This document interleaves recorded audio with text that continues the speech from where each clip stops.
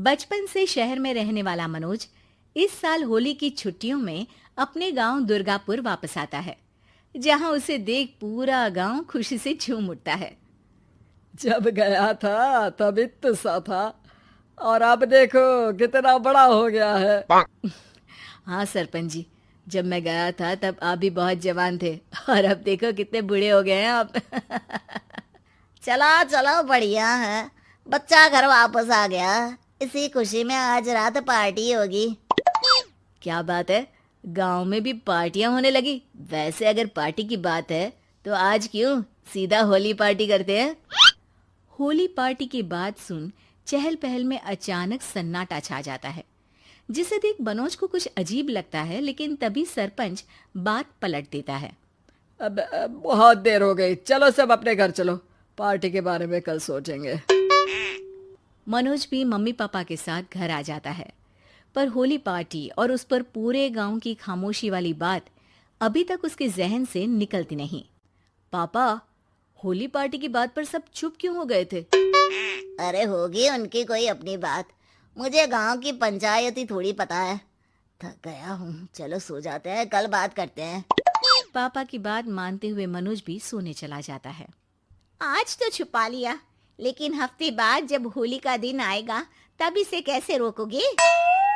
अगली सुबह सूरज के साथ ही मनोज भी गांव घूमने निकल जाता है, जिस पर रास्ते में उसे अपनी ही उम्र के कुछ लड़के भी मिलते हैं, जिनसे दोस्ती कर अब वो उनके साथ घूमने लगता है। इसी तरह कुछ दिन बीत जाते हैं और होली नजदीक आने लगती है। दोस्तों, होली में 4 दिन ही बचे हैं, पर गांव में उसकी कोई तैयारियां क्यों नहीं दिख रही? क्योंकि यहाँ होली नहीं मनाई जाती। अरे पर ऐसा क्यों? वो राजा भूषण। अरे तुम 4 दिन के लिए आए हो, क्या इतना सोच रहे हो? चलो कुछ खाने चलते हैं। इसी के साथ एक बार फिर होली की बात को टलते हुए देख मनोज को शक होने लगता है।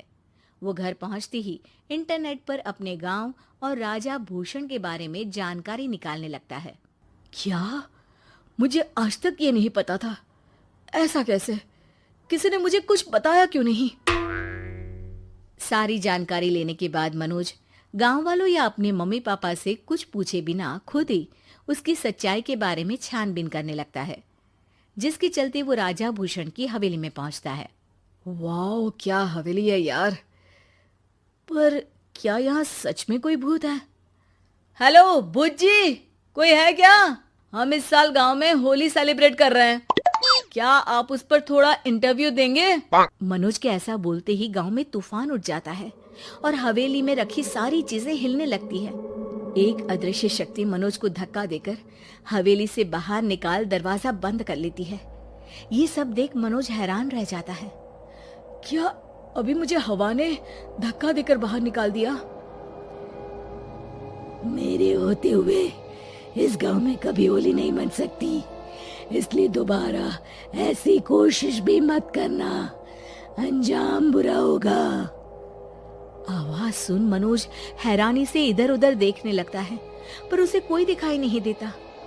वो गांव वापस आ जाता है, जहां तूफान की वजह से सब कुछ तहस महस हो चुका होता है। आखिर ये तूफान आया कैसे? ना ऐसा कोई मौसम था और ना ही हमने होली का त्योहार मनाने की बात की थी। सरपंच की बात पर कोई रिएक्शन दिए बिना मनोज चुपचाप अपने घर चला जाता है। इस तरह देखते ही देखते होली का दिन भी आ जाता है और मनोज रंग लेकर गांव में निकल जाता है, लेकिन गांव पूरी तरह खाली होता है। अरे त्योहार का दिन है, धूमधाम की जगह मातम क्यों मनाया हुआ है? मनोज की आवाज सुन सब अपने घर की खिड़कियां खोल के घर के अंदर से ही उसे वापस जाने के लिए कहने लगते हैं, पर वो किसी की नहीं सुनता। तुझे पहले भी समझाया था, अगर होली खेलने की कोशिश भी की तो अच्छा नहीं होगा। अरे बात मान लो बेटा, तुम्हें सच नहीं पता। मुझे सब पता है। सालों पहले इस राजा ने एक अंधविश्वास फैलाया और आप लोग आज तक उसे मानते आ रहे हो। अरे बेटा, जब तुम पैदा भी नहीं हुए थे उससे भी बहुत पहले से इस गांव पर होली का श्राप है। अगर गांव में होली का त्योहार मनाया जाता है तो प्रलय आना पक्की बात होती है। राजा भूषण इस सब में नहीं मानते थे और त्योहार मनाने लगे। जिसके चलते होली वाले ही दिन पहले उनके बेटे की और फिर उनकी मृत्यु हो गई। तभी से गांव की रक्षा के लिए उनकी आत्मा उस हवेली में रह रही है। सबकी बातें सुन मनोज उलझन में पड़ जाता है। सोचना भी मत मनोज, अगर तुमने इस परंपरा को तोड़ने की कोशिश भी की तो उसका परिणाम इस गांव और गांव के लोगों के लिए अच्छा नहीं होगा। मुझे भी यकीन नहीं हो रहा कि आप लोग एक बेतुकी बात को मानकर सालों से रंगों के त्योहार को मातम की तरह मनाते आ रहे हो। मनोज किसी की कोई बात ना मानते हुए पूरे गांव में रंग बिखेर देता है, जिसके तुरंत बाद वहां तूफान के साथ बिजलियां गरजने लगती है।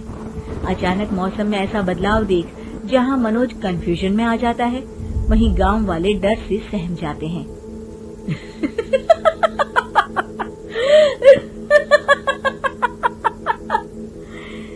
इस लड़के ने हमारे जैसे सिर्फ अपने स्वार्थ के लिए नहीं बल्कि पूरे गांव की खुशियों के लिए यहाँ होली मनाई है, जिस वजह से अब इस गांव पर होली का